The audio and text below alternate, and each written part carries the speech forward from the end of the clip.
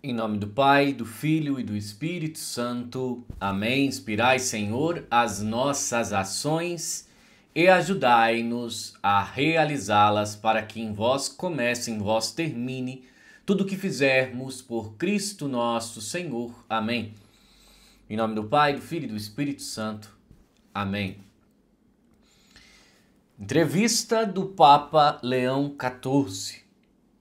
A primeira entrevista. Chega a ser bonito de ver o silêncio da teologia da libertação. Antes de gravar esse vídeo, eu entrei, Igreja em Saída, PJ, algumas páginas aí que são propagadoras da teologia da libertação. Nada, tá falando de PEC, de não sei o que, e falando, de Charlie Kirk. Nada do Papa Leão. Esse silêncio da teologia da libertação é maravilhoso. O que isso quer dizer? Quer dizer que realmente essa entrevista do Papa Leão, mas enterrou a teologia da libertação. Ela, jogou água na fogueirinha que tinha da teologia da libertação. Nada de reinado do povo. Reinado de Cristo. Reinado de Cristo. Então essa daqui é a quinta parte da entrevista do Papa Leão a Elyse Ann Allen, do Crux. E eu quero então falar aqui, ele trata sobre justamente essa polarização dentro da igreja, mas prestem atenção nas falas do Papa Leão, Que maravilhoso! Que maravilhoso! Olha a pergunta. Gostaria de falar sobre isso mais tarde, sobre o tema da inteligência artificial e a crise que você descreve, mas em termos da polarização e divisão sobre as quais você falou.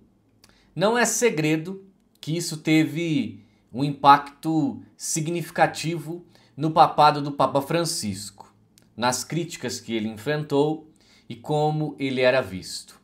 Isso é algo que preocupa ao assumir o mesmo papel? Papa Leão, voltando ao que considero ser o meu papel, não sinto necessidade de complicar o meu papel, porque o meu papel é anunciar a boa nova, pregar o evangelho. Penso que o evangelho aborda algumas destas questões a partir de uma base que advém do sentido de sermos filhos e filhas de Deus, que é o Criador. De Deus que nos enviou o seu Filho, que encarnou entre nós e que nos ensinou o valor da vida humana, tendo em vista a vida eterna. Ou seja, ensinou o valor da vida humana, mas o fim único, o fim último é o quê? A vida eterna. Se perdermos o horizonte, perdemos a bússola. Podemos estar a vaguear em vão e sem saber para onde ir. Ou seja, aqui, meus irmãos, está muito claro que não é o reinado do povo, mas é o reinado do Cristo. Vamos continuar. Então, em certo sentido, não vejo o meu papel de como tentar resolver os problemas do mundo, mas é justamente isso. Não vejo o meu papel como tal, na verdade. Embora eu ache que a igreja tem uma voz, uma mensagem que precisa continuar a ser pregada, a ser dita e dita em voz alta. Os valores que a igreja promoverá ao lidar com algumas dessas crises mundiais não surgem do nada, elas surgem do evangelho. Ou seja, o que a igreja defende? A igreja defende o que Cristo defendeu. A igreja defende o Evangelho. Eles vêm de um lugar que deixa muito claro como entendemos as relações entre Deus e nós, e entre nós. Voltando aos aspectos mais básicos do respeito mútuo, do respeito à dignidade humana, de onde vem essa dignidade humana e como podemos usá-la como forma de dizer que o mundo pode ser um lugar melhor e que podemos tratar aos outros melhor. Ou seja, aqui no primeiro parágrafo ele deixa claro, minha função é anunciar o Evangelho.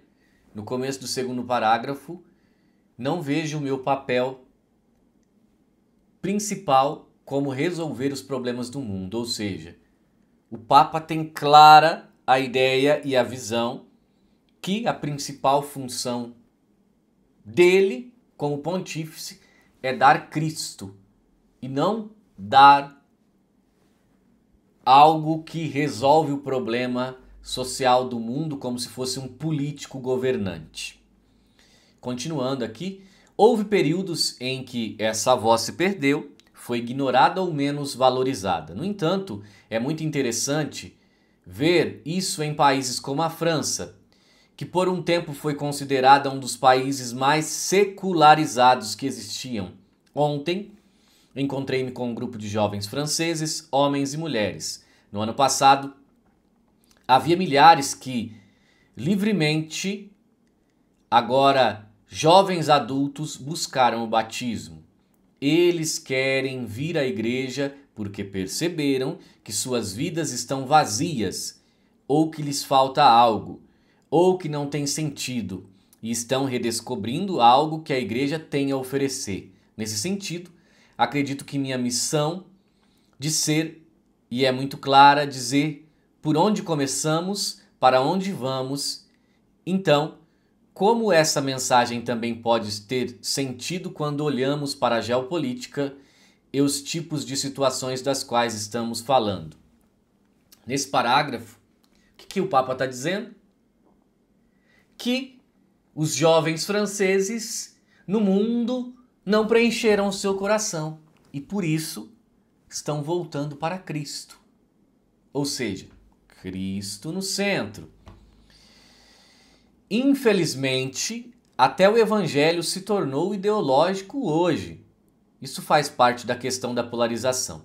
Se caímos na ideologia, deixamos de falar sobre a verdadeira essência, os valores que estão ali. Ou seja, se caímos na ideologia, deixamos a verdadeira essência, que é Cristo. Estamos presos a algo que, como ideologia, assume o verdadeiro significado. O que a teologia da libertação faz? Coloca o homem no lugar de Deus. Deus é o verdadeiro significado.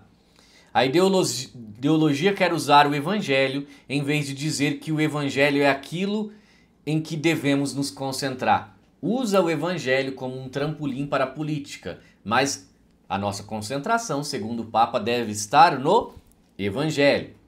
Pode ser de ambos os lados ou de muitos lados, em termos da interpretação que alguém dá, se não estiver disposto a reinterpretar a mensagem autêntica que está ali.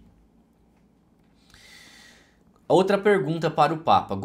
Gostaria de abordar algo que falamos em nossa conversa anterior e que você também mencionou em seu primeiro discurso, que é a sinodalidade, a igreja sinodal.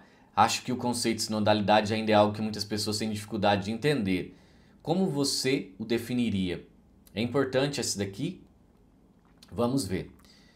Penso que a sinodalidade é uma atitude, uma abertura, uma vontade de compreender, falando da igreja agora, que cada membro da igreja tem uma voz e um papel a desempenhar, que através da oração, da reflexão, o método que foi usado no recente sínodo, que foi chamado de conversa no espírito, mas através de um processo, há muitas maneiras disso acontecer, de diálogo e respeito mútuo.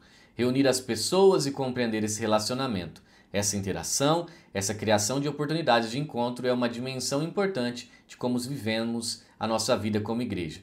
Algumas pessoas se sentiram ameaçadas por isso. Às vezes os bispos ou o padre podem pensar, a sinodalidade vai tirar minha autoridade. Não é isso que se trata a sinodalidade. Talvez sua ideia do que é sua autoridade esteja tanto desfocada e equivocada. Acredito que a sinodalidade é uma maneira de descrever como podemos nos unir, ser uma comunidade e buscar a comunhão como igreja, de modo que a igreja seja uma igreja cujo foco principal não seja a hierarquia institucional, mas sim o senso de nós juntos, nossa igreja. Cada pessoa com sua própria vocação, padres, leigos, bispos, missionários, famílias.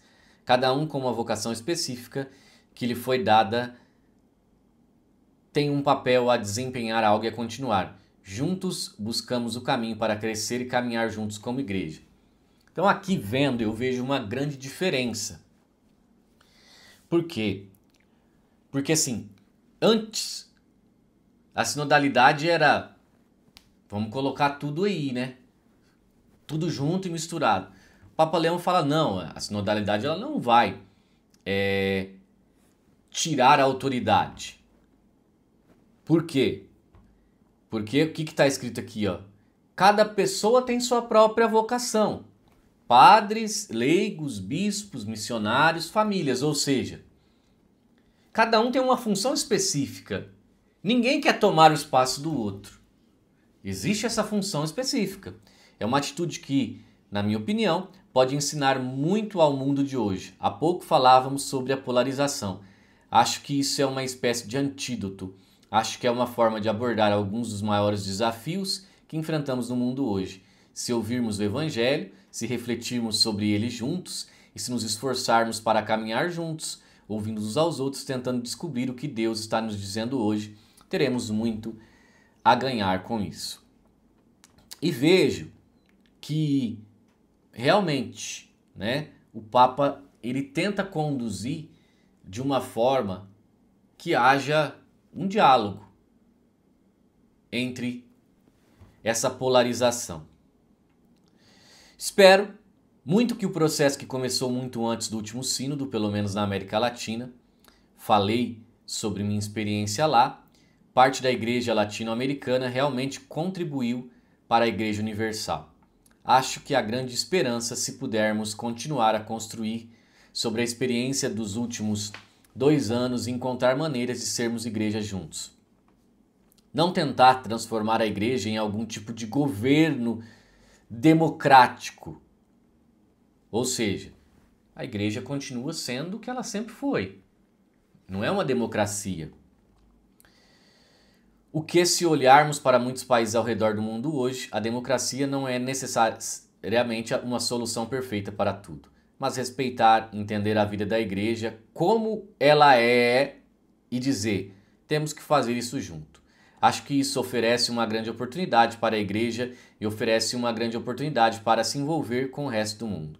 Desde a época do Concílio Vaticano II, acho que isso tem sido significativo e ainda tem muito a ser feito.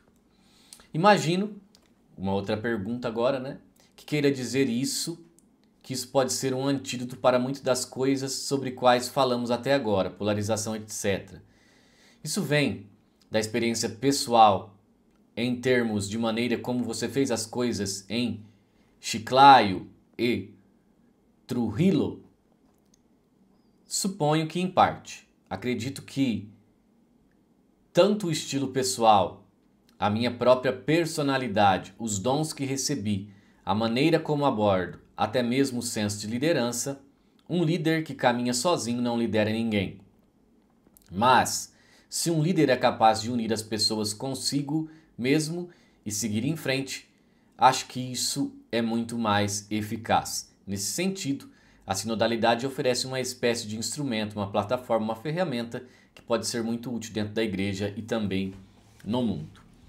Ou seja, aqui, meus irmãos, para mim, eu não sei qual é a sua opinião dessa entrevista, seria muito bom se você colocasse a sua opinião nos comentários, mas, assim, para mim, o Papa tem muito claro na sua cabeça como está a real situação da igreja, e aqui ele já mostra, olha, nós queremos escutar na sinodalidade, vamos como igreja que é una, tentar caminhar em uma unidade, escutando cada pessoa que tem seu papel dentro da igreja.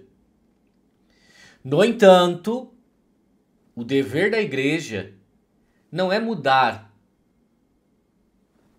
politicamente, não.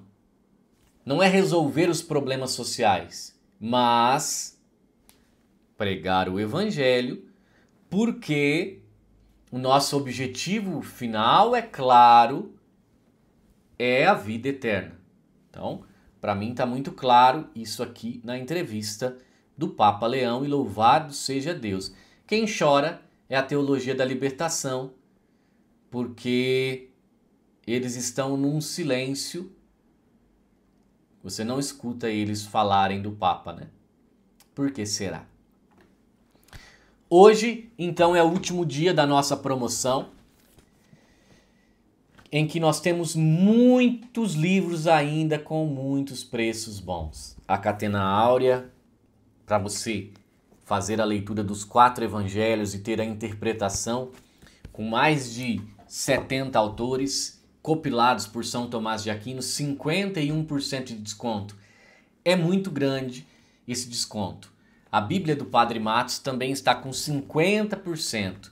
Catecismo Maior de São Pio X, 50%. E os livros, né?